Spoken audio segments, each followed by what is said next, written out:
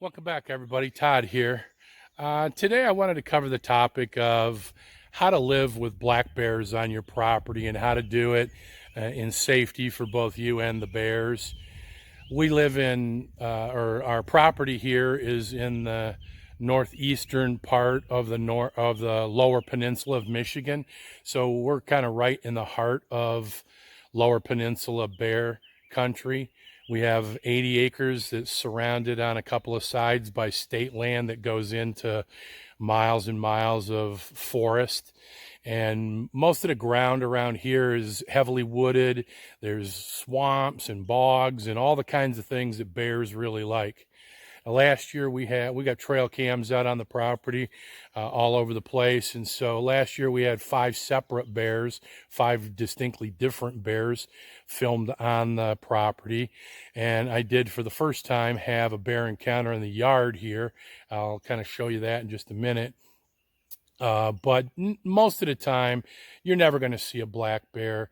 You know, their normal behavior is to smell you, to hear you, to see you, and they'll bug out long before you ever lay eyes on them. But you do need to understand, bear behavior if you're going to be out in bear country. And again, that's for the safety of the bear as well as you.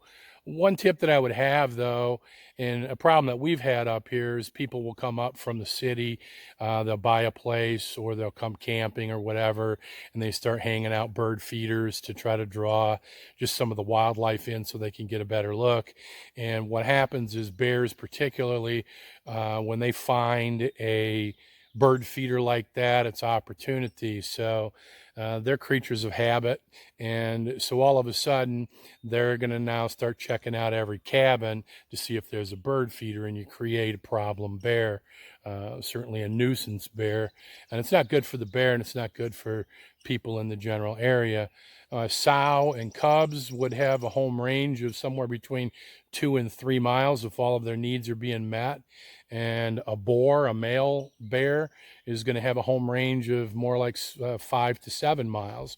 So if you think about that, if somebody within a 5 to 7 mile radius of my place is putting bird feeders out, that's a problem for me. It's a problem for those bears, because we don't want bear people encounters. Again, we've been up here for years with bears, and that's the first time we've had a real bear encounter where a bear came into the yard of the cabin. We've got them on trail cams all over the place. And, we understand when they're walking around out there on our trail system, which typically I try to stay off the trails between 7:30 and 8 o'clock in the summertime, because we've got so many different trail cams that have pictures and video of bears just walking on our trails. So we know, hey, let's not go out there. Let's give them their space. And so that's the way we handle it. So all right, I'll cut to another shot here, and I'll show you where the bear came into the yard.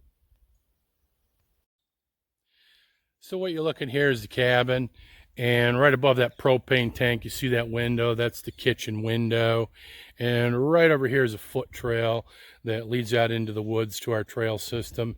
And last summer, I had a bear come in there about 8 o'clock in the evening. I had all the windows open in the cabin, had music on.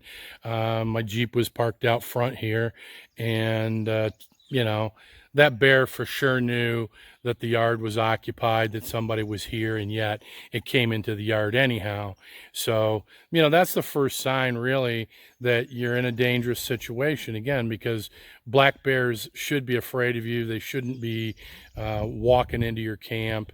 And this would go for if let's say that you're walking a hiking trail out in the woods and you see a black bear through the woods. Maybe it's 50 feet, 75, 100 feet away up on a ridge or something.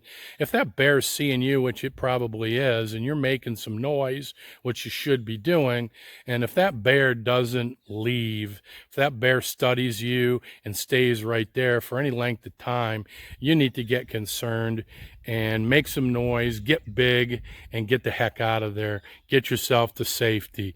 Don't be a fool and pull out your cell phone and decide you're going to take some video, because that's what gets people in trouble. Again, a predatory bear or a nuisance bear is going to stand its ground on you, and that is not normal. That is not natural behavior for a black bear. So, keep that in mind if you're going to be in bear country. Just make noise and enjoy yourself in the outdoors, and you're likely to never have a problem. If you do encounter a bear and that bear's not leaving, get yourself to safety.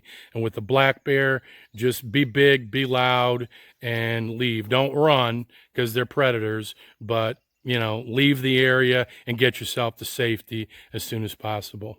Okay, I'll show you a couple of pictures and some footage of some bears on the property.